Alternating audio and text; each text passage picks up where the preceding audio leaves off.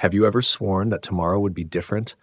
You set the alarm for 5 a.m. with fire in your chest, only to silence it in the dark.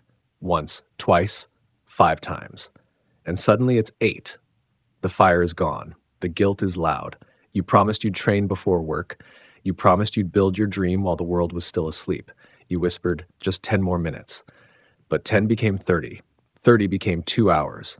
And by sunrise, your discipline had already lost. Maybe you've tried to change 100 times. Maybe every morning feels like a quiet betrayal of the person you want to become. If that's you, don't click away, because this isn't about motivation. It's about something far more ruthless. 30 years ago, in a remote farming village tucked between mountains and endless fields of rice, there lived a boy named David. He was 8, wild with energy under the sun, but there was one battle he lost every single day: 5 a.m. Before the sky even softened with light, his father would grip his shoulder and shake him awake. Up, the fields won't wait. And every morning, David would bury his face into the pillow and beg, "Just 5 more minutes, Papa. I'm exhausted." He thought discipline was about willpower. He thought mornings were about mood. He had no idea the rice fields were about to teach him a lesson that had nothing to do with how he felt and everything to do with the weather. Stay with me. Because what his father showed him in those cold, silent fields would change the way he saw mornings forever. But his father never negotiated with comfort, storm or sunlight, monsoon floods or cracked, thirsty soil, winter that sliced through bone or summer air thick as steam. The rule did not bend. 5 a.m., they walked. Half asleep, eyes burning, David would drag his small body into the dark and follow the silhouette of his father toward the fields. Some mornings the rain fell so violently he could barely see a few steps ahead. Some mornings the cold cut through his clothes like shards of glass. Some mornings he was so exhausted he cried as he walked. "Why do we have to go when it's pouring?" he shouted once, soaked to the skin. His father didn't look up from the rice plants. "Because the rice doesn't care about the rain, it still needs tending. But I'm tired. The rice doesn't care. But it's freezing. The rice doesn't care." To David, it felt heartless. Other families stayed inside when storms came. Other children slept in when the sky was gray. Why did his father act like feelings didn't matter? Yet every single morning, without exception, that hand shook his shoulder, and every single morning they showed up for 10 years. When David turned 18, he left that village like a man escaping a prison. He chased the city lights, the promise of education, opportunity, freedom from 5 a.m. in the rain. He made himself a vow: I'll never live like that again. In the capital, he enrolled in university. He worked part-time to survive. He carried ambition in his chest like a burning secret. Graduate with honors, launch a business, build a life that mattered. But there was a crack in his foundation. He could dream. He just couldn't stay consistent. He set goals. I'll study before class. He didn't. I'll build my business on weekends. He didn't. Every night he made promises. Every morning he broke them. Years slipped by like that. He graduated. Barely. He launched 3 different businesses and quit each one the moment things became uncomfortable. He signed up for courses, bought books, downloaded apps, and abandoned them all within weeks. By 28, David was still trapped in an entry-level job, living paycheck to paycheck, scrolling through photos of former classmates celebrating promotions, startups, milestones, while he stayed exactly where he was. One Sunday, he woke up at 11 a.m. Again. The morning was already gone. The plan to work on his 4th business idea? Gone too. He sat on the edge of his bed, elbows on his knees, staring at the floor of his tiny apartment. Half-finished projects stacked in corners, unpaid bills on the table, dreams collecting dust. And then it hit him. A voice from years ago. The rice doesn't care about the weather. For the first time in a decade, he understood. His father hadn't been training a farmer. He had been building a man who shows up, no matter what. That night, David bought a train ticket home. He arrived just before dawn. The sky was still dark blue, the air cold and quiet. Inside the old house, a light was already on. His father, now 58, was tying his boots. Still 5 a.m., still rain or shine. "Papa." David's voice was softer now, heavier. "Can I go to the fields with you, like before?" His father studied him for a long moment. Then he nodded. "Get your boots." They stepped outside together, walking through the silent pre-dawn air, the same path, the same earth beneath their feet. Only this time, David wasn't walking because he had to. He was walking because he finally understood. They walked through the same darkness they had crossed 1,000 times before. The air was sharp. A thin rain drifted down.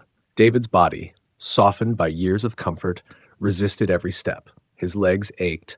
His breath felt heavy. He had forgotten what this felt like. When they reached the fields, his father lowered himself into the mud without hesitation and began inspecting the rice, plant by plant, the way he always had. David knelt beside him, the cold seeping through his clothes. After a long silence, the question finally broke free. "Papa, why did you force me to wake up so early? Every day, no matter what?"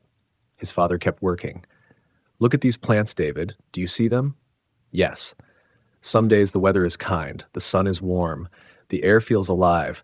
On those days, anyone can work. Those are easy days." He pulled a weed from the soil.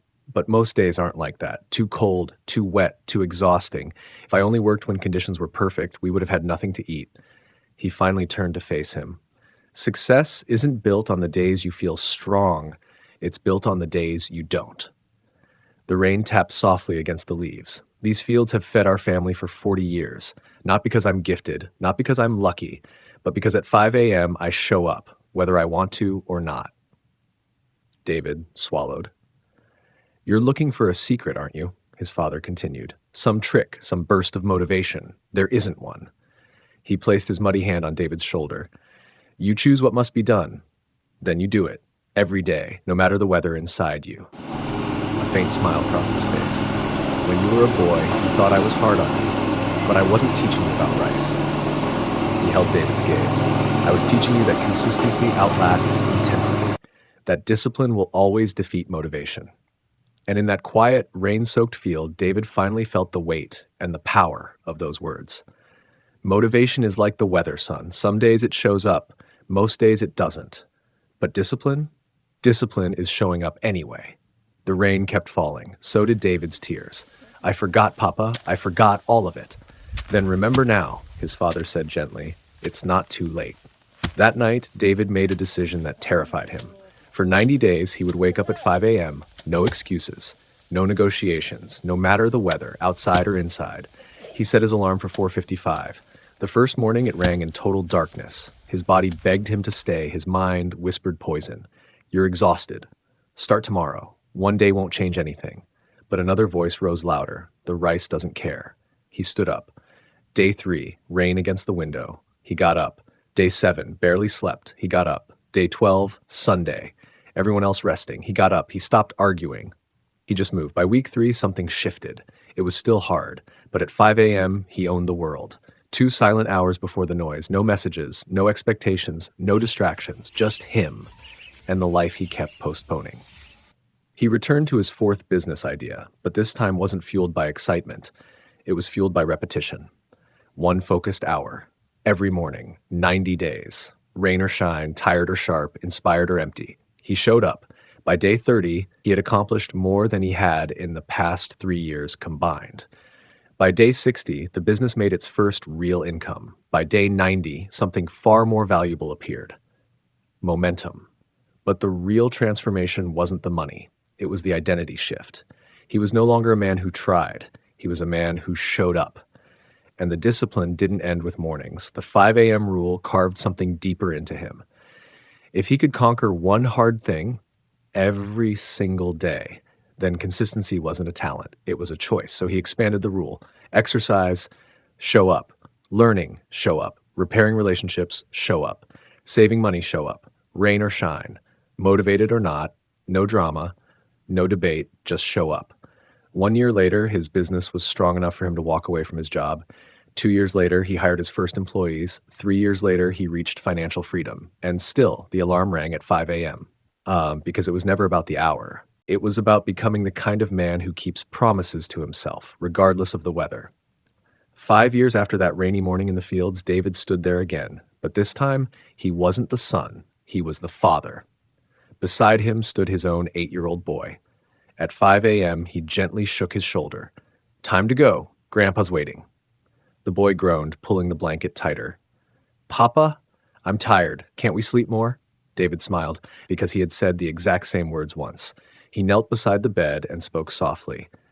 I know you're tired. One day you'll understand. This isn't about rice. He paused. It's about becoming someone who keeps promises to himself, rain or shine. And here's the truth. David's story isn't just his, it's yours.